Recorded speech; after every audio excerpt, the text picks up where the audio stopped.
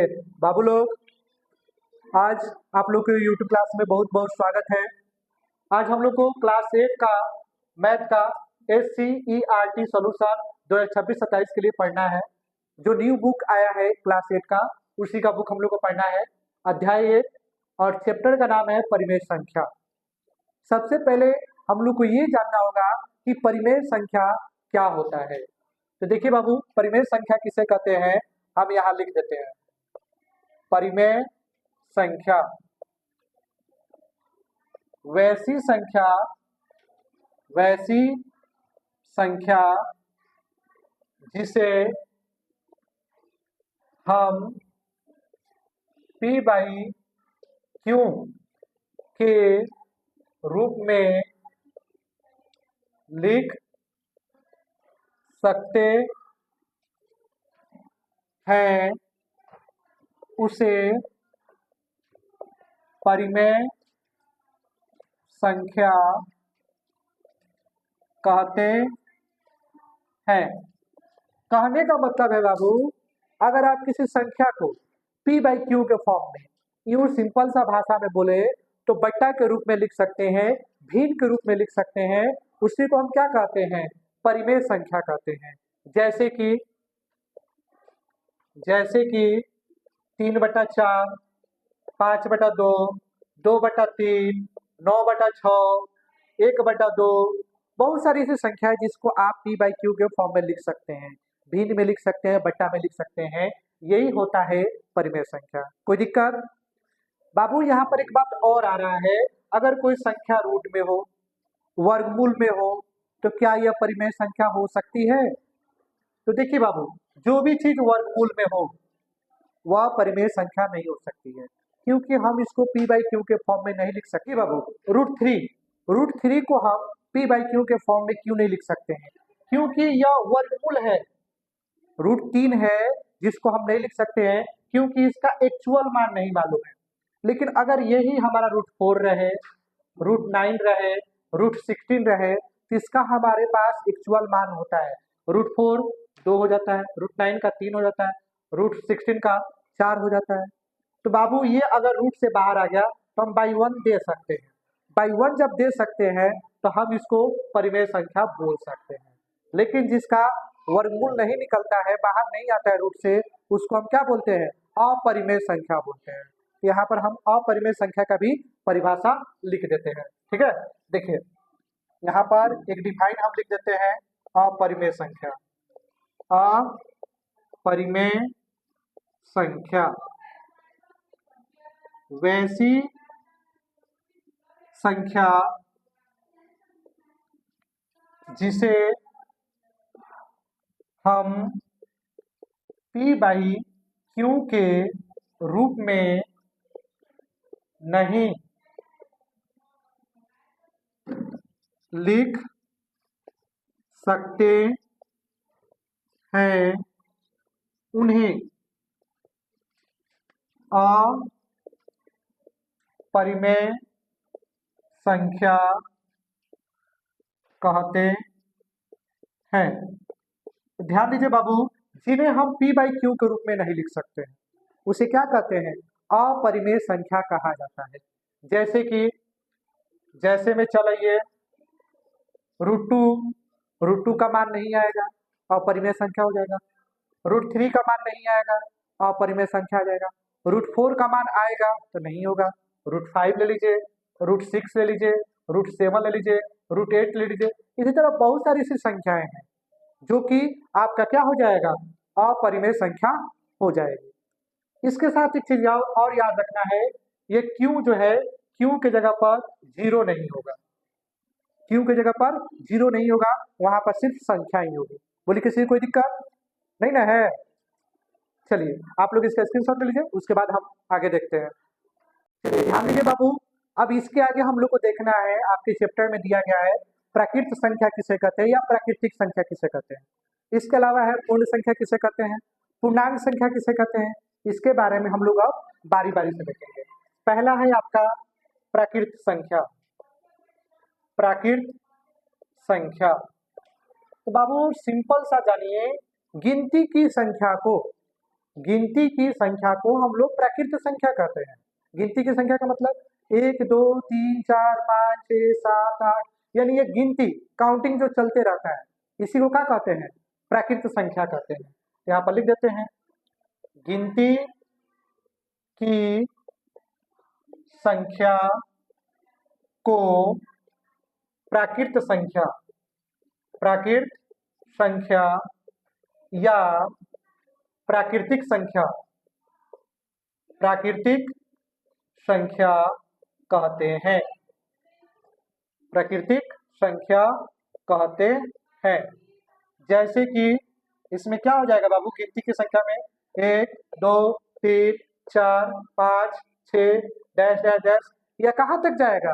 अनगिनत जाएगा, अनंत तक जाएगा। यानी गिनती कभी खत्म होती है? नहीं होती है, यह आगे बढ़ती रहती है। गिनती की संख्या को ही प्राकृत संख्या कहते हैं। गिनती की संख्या को प्राकृत संख्या कहते हैं। यानी गिनती की संख्या जो है अनंत तक जाती है, कहीं नहीं रुकती है। कोई दिक्कत? अब आइए आगे आइए, पूर्ण संख्या किसे कहते हैं? पूर्ण संख्या, देखिए बाबू, पूर्ण संख्या किसे कहते हैं? गिनती की संख्या में शून्य को सम्मिलित कर दिया जाए या शामिल कर दिया जाए, उसी को पूर्ण संख्या कहते हैं। गिनती की संख्या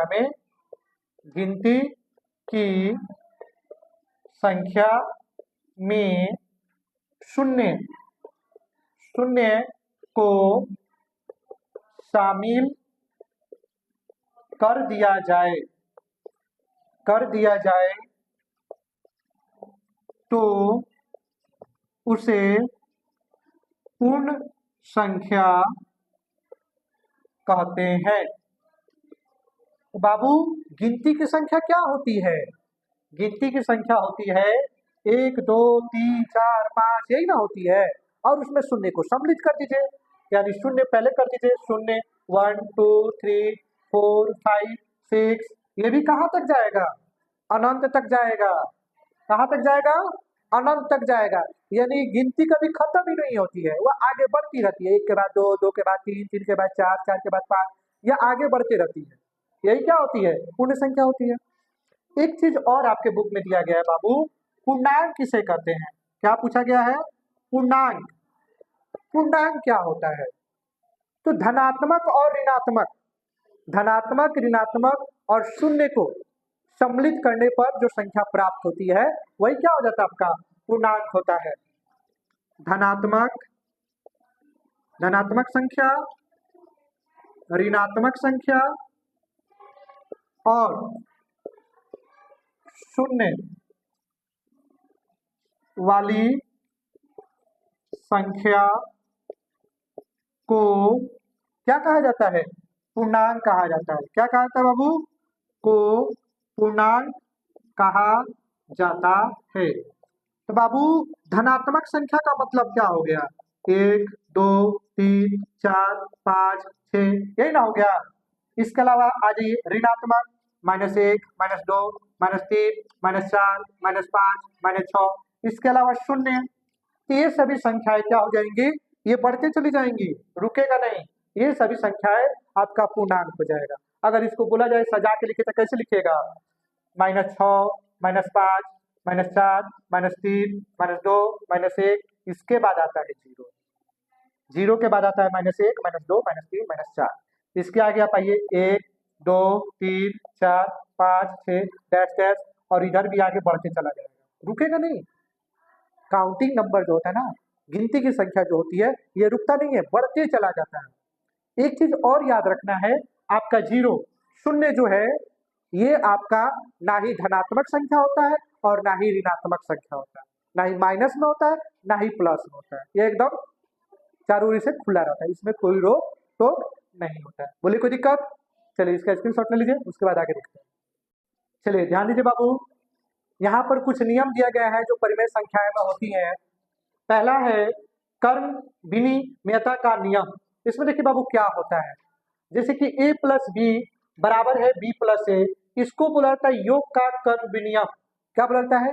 योग का कर्म विनियम, यानी कि आपस में चेंज हो गया है। पहले a था तो इसमें क्या आ गया है? b आ गया है, बाद में b था तो इसमें a आ गया है।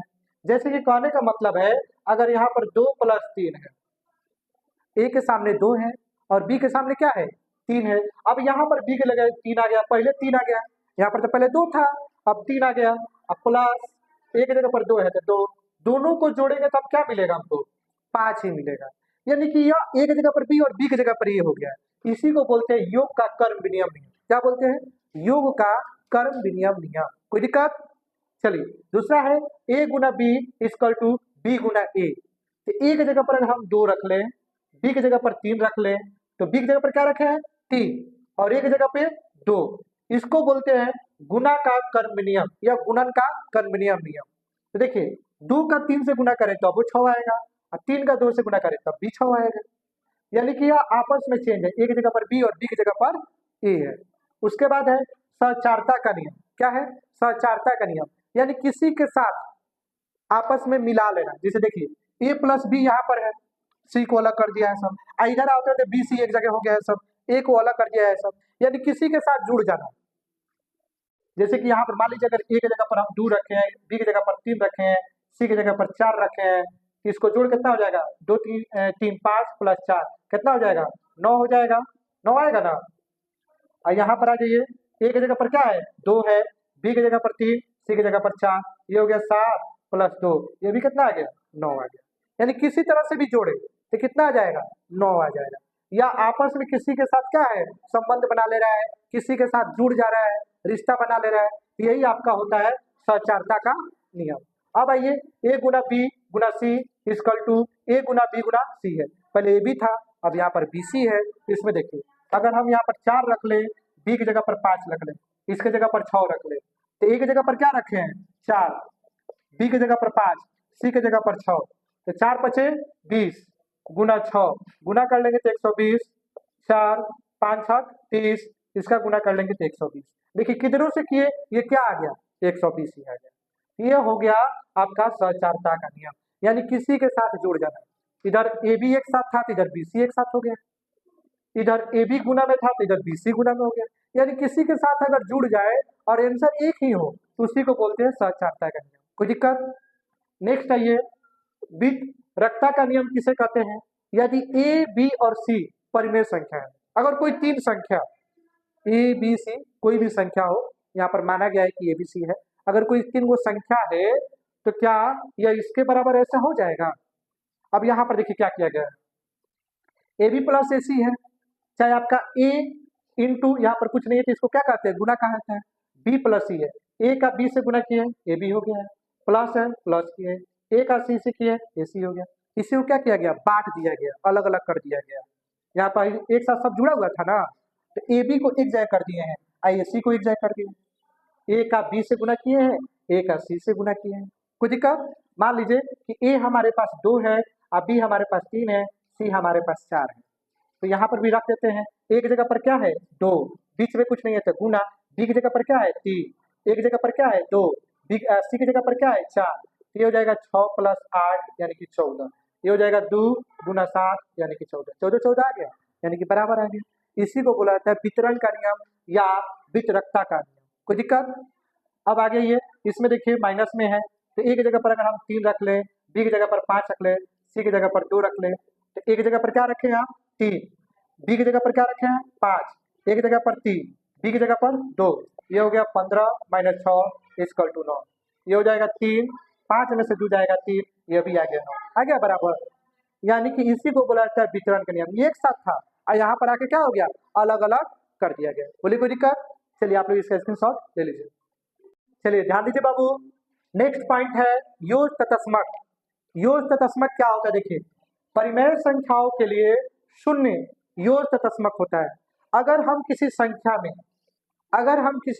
में शून्य को जोड़ दे हमको वही संख्या मिलना चाहिए, दूसरा संख्या नहीं चाहिए, उसी को क्या बोलते हैं योज तत्समक कहते हैं। जैसे कि हम एक में अगर 0 जोड़ दे तो हमको क्या मिलेगा 1 ही मिलेगा, यानी ए में 0 जोड़े तो हमको क्या मिला है ए, अगर 1 में 0 जोड़े तो 1 मिला है, अगर हम 2 में 0 जोड़ दे तो हमको 2 मिलेगा, 3 में 0 जोड़ दे तो हमको क्या मिलेगा 3, 4 में 0 जोड़ दे तो हमको 4। यानी जिस संख्या में 0 को जोड़ा जाए और वही संख्या मिल जाए तो उसी को कहते हैं योज तत्समक। कोई दिक्कत? अब आइए गुणात्मक तत्समक किसे कहते हैं? परिमेय संख्याओं के लिए एक गुणात्मक संख्या होता है यानी कि अगर उसी संख्या में 1 से गुना किया जाए तो वही संख्या मिलना चाहिए। यानी कि ऐसी कौन सी संख्या है जिसमें उसी को गुना करने पर वही संख्या मिल जाए। तो अगर हम 5 में 1 से गुना करें तो हमको क्या मिलेगा? 5। अगर हम 6 में 1 से गुना करें तो 6। यानी कि गुणात्मक चतुर्थक किसके लिए होता है? 1 के लिए होता है। गुणात्मक चतुर्थक परिमेय संख्याओं के लिए 1 क्या होता है? गुणात्मक चतुर्थक होता है। 1 क्या होता है? गुणात्मक चतुर्थक होता है। 7 में अगर 1 से गुना कर दे तो 7 आ जाए, कोई दिक्कत? अब आता है योज प्रतिलोम। योज प्रतिलोम क्या होता है? अगर किसी संख्या में क्या जोड़ा जाए कि हमको 0 प्राप्त हो जाए। तो अगर मान लीजिए कि हमारे पास 6 है, 6 में क्या जोड़े कि हमको 0 प्राप्त हो जाए? तो 6 में हम -6 जोड़ेंगे तो हमारे पास 0 आ जाएगा। कैसे? तो 6 का 6 प्लस माइनस -6, 6 में से 6 जाएगा 0 हो जाएगा, कोई दिक्कत? अगर हम 7 में -7 जोड़ लें तो हमको 0 मिलेगा। कैसे? तो 7 के साथ प्लस माइनस -7 इक्वल टू 0। अगर हम 8 में -8 को जोड़े तो हमारे पास 0 आ जाएगा, कोई दिक्कत?